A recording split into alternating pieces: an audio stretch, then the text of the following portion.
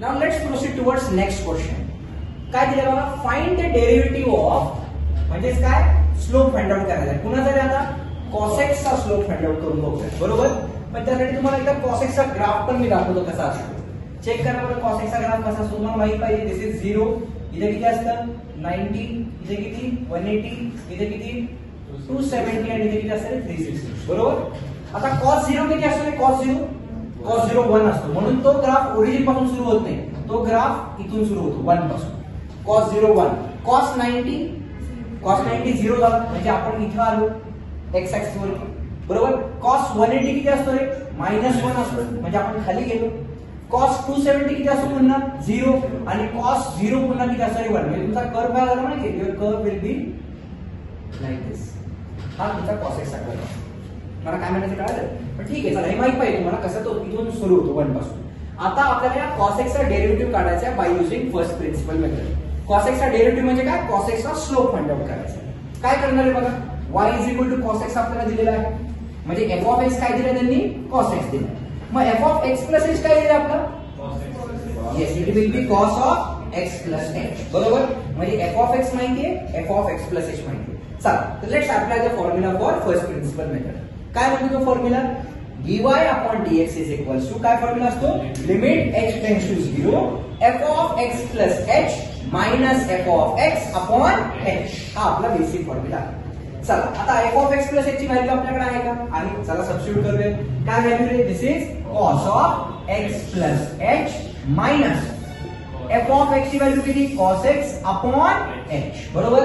आता चेक करा किती नंबरचा फॉर्म्युला आहे आपला, चौथा. सिक्वेन्स काय आपला बघा बरं, पहिला सिक्वेन्स काय, sine cos cos sine cos cos sine sine, हा आपला सिक्वेन्स आहे. म्हणजे माझा आन्सर काय माहिती आहे, कुठला फॉर्म्युला हा, cos c minus cos b. काय आन्सर असतं, 2 times sin of c, what is it, c plus d upon 2 into sin of d minus c upon 2, बरोबर. किंवा याला असं लिहू शकतो बघा, इथं मी सेम लिहिलं 2 times sin of c plus d upon 2 into sin of, इथे लिहिलं समजा मी नेहमीप्रमाणे c minus d, नेहमीप्रमाणे. पण ज्यावेळी c minus d लिहितो त्यावेळी इथं मायनस साइन द्यायचं. एवढा सिंपल फॉर्म्युला. जर d minus c लिहिलं तर ओके का, कारण बघा ना, जर मी c minus d च्या ऐवजी d minus c लिहिलं थोडक्यात, तर sin हे कुठलं फंक्शन आहे, निगेटिव्ह फंक्शन आहे, ऑड फंक्शन आहे. मग sin ऑफ मायनस थिटा काय असतो, मायनस साइन थिटा, म्हणजे तो बाहेर आहे. आता आपल्याकडे कुठलं लक्षात आहे, दोघांपैकी कुठलाही लक्षात ठेवा, त्याने काय फरक पडत नाही, बरोबर. हा लक्षात ठेवलाय, हा लक्षात ठेवला तरी चालतं. समजा मी आता हा लक्षात ठेवलाय, लेट सपोज मला नेहमीप्रमाणे हा d minus c चा फॉर्म्युला माहिती आहे, बरोबर. तर काय करणार बघा, अप्लाय करून बघा, 2 times sin ऑफ, काय आलं ते सांगा, it is c plus d upon 2 into sin of, काय आहे ते d मायनस म्हणून bracket d minus c upon 2, बरोबर. कधीही मायनस साइन आला की ब्रॅकेट टाकायचं, विसरायचं नाही, करेक्ट. होल अपॉन काय, खाली काय राहिलं आपल्याकडे h, बरोबर आहे. आता चेक करा, हा पॉझिटिव्ह x आणि निगेटिव्ह x कॅन्सल झाला का नाही. म्हणजे आपल्याला काय मिळालं बघा, 2 times sin ऑफ, इथे काय मिळालं, x plus x 2x plus h upon 2 into sin of, इथे काय मिळालं मला सांगा, या मायनस मी आतमध्ये मल्टिप्लाय केलं म्हणजे किती आलं, -h अपॉन 2, बरोबर आहे का. आणि होल अपॉन खाली किती राहिलं माझ्याकडे h. आता आपल्याला माहिती काय आहे, साइन ऑफ मायनस थिटा, याचा आन्सर नेहमी किती असतं, मायनस साइन थिटा. का, कारण साइन हे ऑड फंक्शन आहे. म्हणजे हे जे साइन ऑफ मायनस थिटा आहे ना, हे मायनस साइन डायरेक्ट बाहेर येतं. मला काय म्हणायचं कळते, म्हणून मी म्हणतो ते -2 आणि c minus d लिहिलं तरी चालतं.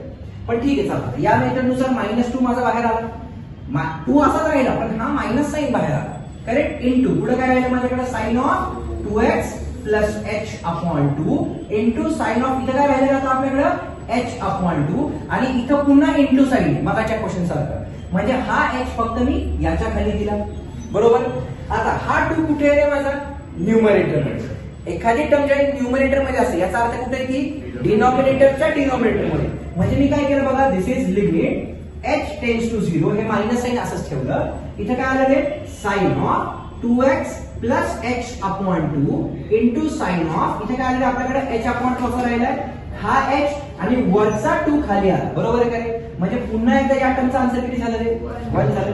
या टर्मचा आन्सर 1 झालं का कारण तोच फॉर्म्युला कुठला limit x tends to 0 sin of x upon x याचा आन्सर नेहमी किती असतं इथं जो अँगल आहे तो जर खाली असेल तर आन्सर होईल. बघा बरं साइन बरोबर जो अँगल आहे तोच खाली आहे का आहे म्हणजे याचा आन्सर किती आलं माझं 1. आता काय मिळालं चेक करा डेरिव्हेटिव्ह ऑफ y म्हणजे काय आपला cos x बरोबर आहे का is equal to minus sine असं राहिलं x च्या ठिकाणी 0 टाका x च्या ठिकाणी 0 टाकलं तर काय मिळालं मायनस साइन इथे किती मिळालं 2x अपॉन 2 बरोबर कारण x ची व्हॅल्यू 0 आहे म्हणजे काय झालं 2 आणि 2 कॅन्सल झाला म्हणजे मला काय मिळालं सांगा की डेरिव्हेटिव्ह ऑफ cos x जर मला कोणी विचारलं तर डेरिव्हेटिव्ह ऑफ cos x चा नेहमी किती असतो रे इज मायनस sin x.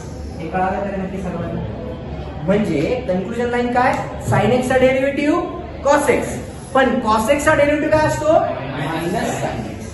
लक्षात घ्या मी आधीच सांगितले लिमिट ज्याला येतं त्याला डेरिव्हेटिव्ह येतो आणि ज्याला डेरिव्हेटिव्ह येईल त्यालाच इंटिग्रेशन येणार आहे. मी आजच्या तारखेला सांगतोय 12वीचं काय सांगितलं मी ज्याला लिमिट येतो त्याला कंटिन्युटी तो ऑटोमॅटिकली येऊन जातो बरोबर.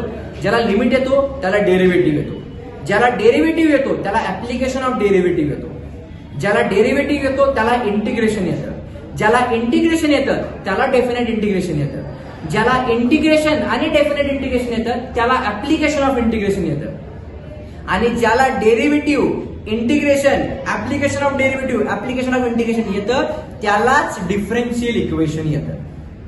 त्यामुळं मॅथ्स 2 ना ही चेन आहे चेन. पहिला चॅप्टर आला तर दुसरा येणार दुसरा आला तर तिसरा येणार तिसरा आला तर चौथा येणार मॅथ्स 2 12वीचा मॅथ्स 2. त्यामुळे माझं म्हणणं काय सिंपल फॉर्म्युले जेवढं आज लर्न केलं तेवढं घरी जाऊन करायचं. काय काय लर्न केलं आज फर्स्ट प्रिन्सिपल मेथड लर्न केलं तो फॉर्म्युला आजच्या आज लर्न झाला पाहिजे. sin x चा डेरिव्हेटिव्ह काय असतो cos x आणि cos x चा डेरिव्हेटिव्ह काय असतो मायनस x. 3 फॉर्म्युले लगेच गेल्या गेल्या फॉर्म्युला बुक मध्ये अपडेट करायचे आणि रोज हे फॉर्म्युले म्हणताना सुरुवात करायची. कळालं नक्की सर्वांना शुअर डन.